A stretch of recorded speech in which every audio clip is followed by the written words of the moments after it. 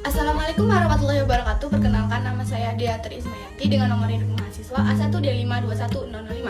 Pada kesempatan kali ini saya akan menjelaskan perbandingan konsep pendidikan antar tokoh. Nah, yang pertama itu terkait hakikat pendidikan yang dikemukakan oleh beberapa tokoh. Yang pertama adalah Ibnu Sina yang menyatakan bahwa pendidikan Islam merupakan usaha yang menciptakan dan juga membentuk manusia yang baik dan juga lebih bermakna. Nah, serta juga mempersiapkannya untuk kehidupan yang ukhrawi. Nah, secara konseptual, pendidikan Islam diawali oleh landasan-landasan ideologis, filosofis yang juga pelaksanaannya itu dan mengimplementasinya pada latar-latar sosial budaya. Menurut Al-Ghazali, dapat diketahui antara lain dengan cara mengetahui dan juga memahami pemikirannya yang berkenaan dengan berbagai aspek yang berkaitan dengan pendidikan, yaitu tentang faktor-faktor pendidikan seperti aspek tujuan, terus juga ada pendidikan anak didik, pendidik, dan juga alat-alat pendidikan dan lingkungan yang mempengaruhi anak didik. Tokoh yang ketiga adalah menurut Ki Hajar Dewantara. Menurutnya adalah pendidikan agama itu pendidikan yang mencakup pengenalan pemahaman dan juga penanaman nilai-nilai dalam kehidupan individual maupun kolektif yang bertujuan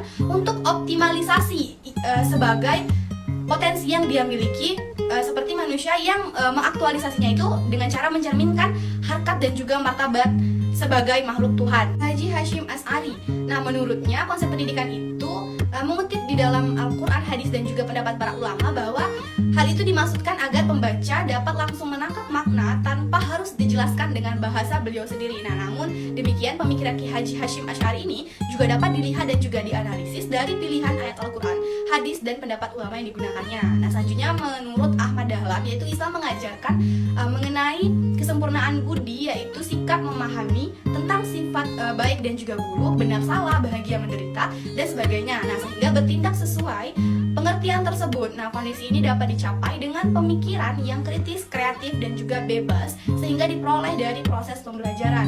Manusia adalah makhluk otonom yang bebas.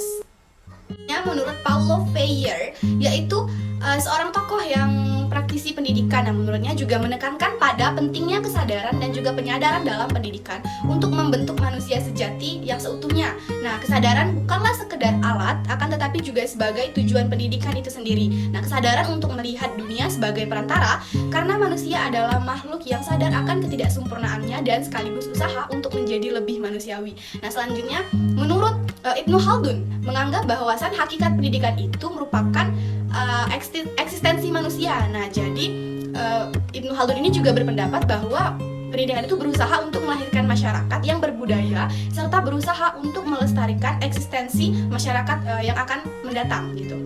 Selanjutnya menurut Asy-Syaibani, yaitu pendidikan secara pragmatis terlihat dari ungkapan bahwa pendidikan itu perlu melakukan perubahan. Nah, tingkah laku individu untuk kepentingan kehidupan pribadi masyarakat itu maupun alam sekitar ataupun juga kebaikan-kebaikan proses. Untuk materi selanjutnya terkait tujuan pendidikan menurut para tokoh, yang pertama ialah menurut Ibnu Sina. Nah, tujuan pendidikan menurut Ibnu Sina pada upayanya itu mempersiapkan seseorang agar hidup di masyarakat secara bersama dengan melakukan pekerjaan atau juga keahlian yang dipilihnya sesuai dengan bakat, kesiapan, kecenderungan, dan juga potensi yang dimilikinya. Nah, kemudian tujuan pendidikan menurut Al-Ghazali yaitu untuk memperoleh kebahagiaan di hidup di dunia maupun di akhirat. Nah, maka yang dijadikan landasan utama dalam bidang pendidikan yaitu adalah Al-Quran dan juga hadis. Nah, sementara itu tujuan akhir kegiatan pendidikan ada dua. Yang pertama, tercapainya kesempurnaan insani yang bermuara pada pendekatan diri kepada Allah, dan juga yang kedua adalah kesempurnaan insani yang bermuara pada kebahagiaan dunia dan juga kebahagiaan di akhirat. Nah, tujuan pendidikan yang ketiga menurut Ki Hajar Dewantara. Nah, tujuan pendidikan adalah untuk membina umat manusia agar menjadi hamba yang senantiasa beribadah kepada Tuhan dan juga mendekatkan diri kepada Tuhan dengan melaksanakan perintah-perintahnya dan juga menjauhi larangan-larangannya. Nah, dan juga meninggalkan segala perbuatan yang tercela, sehingga ibadah yang sudah ditentukan dengan aturan dan juga tata caranya tersebut lebih baik dan juga akan lebih benar. Selanjutnya yaitu menurut Ki Haji Hashim Asy'ari, yaitu membentuk manusia beretika ataupun akhlakul karimah. Nah, beliau berpendapat bahwa tujuan utama pendidikan adalah untuk mengamalkannya. Nah, sebab dia memberikan manfaat untuk di dunia dan juga di akhirat. Oleh karena itu, orang-orang yang mengamalkannya, maka ia termasuk orang yang beruntung. Sedangkan orang-orang yang tidak mengamalkan ilmu tersebut, maka mereka adalah orang-orang yang rugi.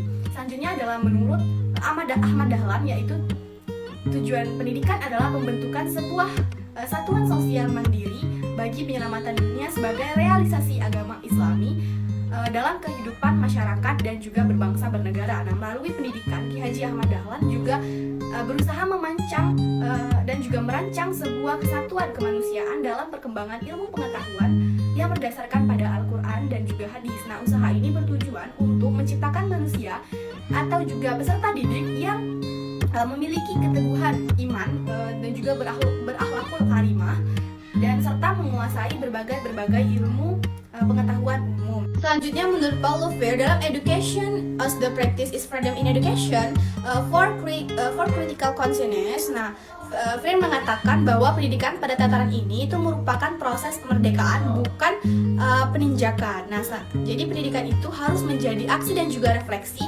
secara menyeluruh untuk mengubah dan juga memerintahkan peserta didik agar merealisasikan yang menindas untuk menuju pembebasan. Selanjutnya, tujuan pendidikan menurut Ibnu Khaldun itu beraneka ragam. Yang pertama adalah untuk bertujuan untuk meningkatkan pemikiran. Nah, serta yang kedua adalah untuk meningkatkan kemasyarakatan, dan juga yang terakhir, pendidikan itu bertujuan untuk meningkatkan kerohanian manusia. Dan pendidikan menurut Asy Syaibani yaitu untuk mendorong pelaku cara untuk mengembangkan pengetahuan, pengalaman, dan juga keterampilan dan membiasakan anak-anak untuk menghafal dan juga memahami serta berpikir dan juga untuk memudahkan proses pengajaran ataupun pembelajaran. Selanjutnya, pendidik atau guru menurut Ibnu Sina yaitu guru yang berakal cerdas, beragama, mengetahui cara mendidik anak, cakap dalam mendidik, berpenampilan tenang, jauh dari berolok-olokan dan main-main di hadapan muridnya. Kemudian menurut Al-Ghazali yaitu pendidik harus memiliki niat awal dalam mendidik untuk mendekatkan diri kepada Allah dapat menjadikan tauladan dan juga contoh bagi murid-muridnya. Yang ketiga, menurut Ki Hajar Dewantara yaitu guru harus ditentukan kualitas gurunya. Nah, jika tanpa guru yang berkualitas maka tujuan pendidikan tidak dapat direalisasikan dengan baik. Guru menurut Ki Haji Hasyim Asy'ari yaitu harus memiliki kehati-hatian dalam pendidikan. Nah, selanjutnya menurut Ahmad Dahlan yaitu harus memiliki kemampuan untuk memasukkan materi pendidikan itu agar sesuai dengan kurikulum yang sedang dijalankan. Nah, selanjutnya menurut Paulo Freire yaitu guru atau pendidik harus berkontradiksi agar menjadi sumber segala pengetahuan dengan murid, dan menjadi murid yang tidak tahu apa-apa menjadi tahu. Selanjutnya menurut Ibnu Khaldun yaitu guru harus menjadi panutan yang bisa mengarahkan peserta didik ke arah yang lebih baik lagi dengan bimbingannya. Sedangkan menurut Asy Syaibani yaitu guru harus bertanggung jawab memberikan penolongan kepada anak didik dalam perkembangan jasmani dan juga rohani. Selanjutnya, peserta didik menurut Ibnu Sina yaitu peserta didik harus sopan santun dalam pergaulan hidup sehari-hari. Selanjutnya menurut Al-Ghazali yaitu anak didik harus mempunyai niat untuk mendekatkan diri kepada Allah. Selanjutnya menurut Ki Hajar Dewantara peserta didik dalam pendidikan Islam harus tumbuh dan juga berkembang baik fisik, psikologis, sosial maupun religius.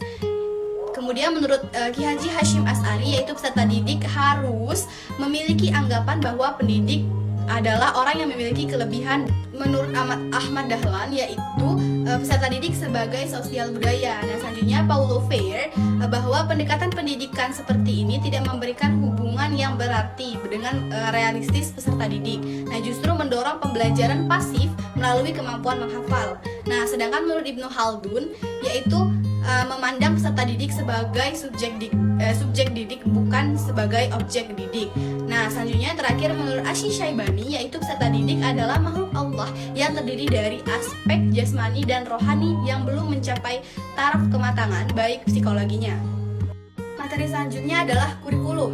Nah, tokoh yang pertama adalah Ibnu Sina yaitu materi pembelajaran merupakan disiplin ilmu yang akan membantu peserta didik untuk mengisi ruang kosong yang dalam dirinya. Selanjutnya, kurikulum menurut Al-Ghazali adalah materi pelajaran secara bertahap dengan memilihkan materi yang mudah, kemudian menuju materi yang lebih sulit. Selanjutnya, menurut Ki Hajar Dewantara adalah kurikulum sebagai sebuah proses atau program, karena esensi kurikulum adalah program itu sendiri, yaitu program untuk mencapai tujuan pendidikan. Menurut Ki Haji Hasyim Asy'ari, kurikulum berlandaskan pada Al-Quran yang meliputi 3 aspek yaitu kognitif, afektif, dan psikomotorik. Selanjutnya Ahmad Dahlan yaitu mengikuti area perkembangan ilmu.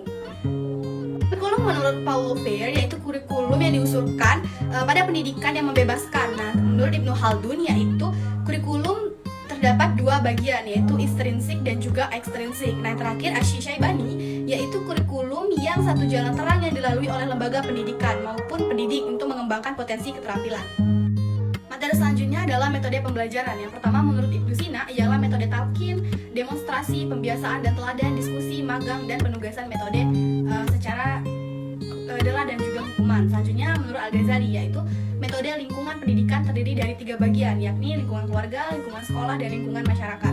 Menurut Ki Hajar Dewantara, metode ini bisa dikatakan sebagai penghubung antara pendidik dengan peserta didik kepada tujuan pendidikan yang diinginkan. Menurut Ki Haji Hashim Asy'ari ialah metode tidak hanya menerapkan metode musyawarah tetapi juga metode madrasah dalam pesantren. Nah, metode selanjutnya menurut Ahmad Dahlan ialah melakukan pembaruan dalam metode pendidikan. Memang sudah menjadi kenyataan bahwa lembaga-lembaga pendidikan pada masa ini terbagi menjadi 2 jalur, yaitu pendidikan pesantren dan pendidikan sekolah. Metode pendidikan menurut Paulo Freire ialah hanya menjadikan peserta didik yang pasif, peserta bermodel dialog dan juga pendidikan gaya Bank. Selanjutnya metode menurut Ibnu Khaldun ialah hendaknya peserta didik diajarkan pengetahuan itu yang bersifat umum dan juga sederhana. Yang kedua adalah pendidik itu harus menyajikan pengetahuan tersebut kepada peserta didik dalam tahap yang lebih tinggi dengan memetik intisari pembelajaran. Yang ketiga ada seorang peserta didik mengajarkan pokok bahasan tersebut secara lebih terinci dalam konteks menyeluruh. Nah, yang terakhir metode pembelajaran menurut Asy-Syaibani ialah metode pengambilan keputusan atau induktif, yaitu metode yang dimulai dengan membahas dari hal yang bersifat khusus dan kemudian menarik kesimpulan. Baiklah, hanya itu penjelasan dari saya akhiri. Wassalamualaikum warahmatullahi wabarakatuh.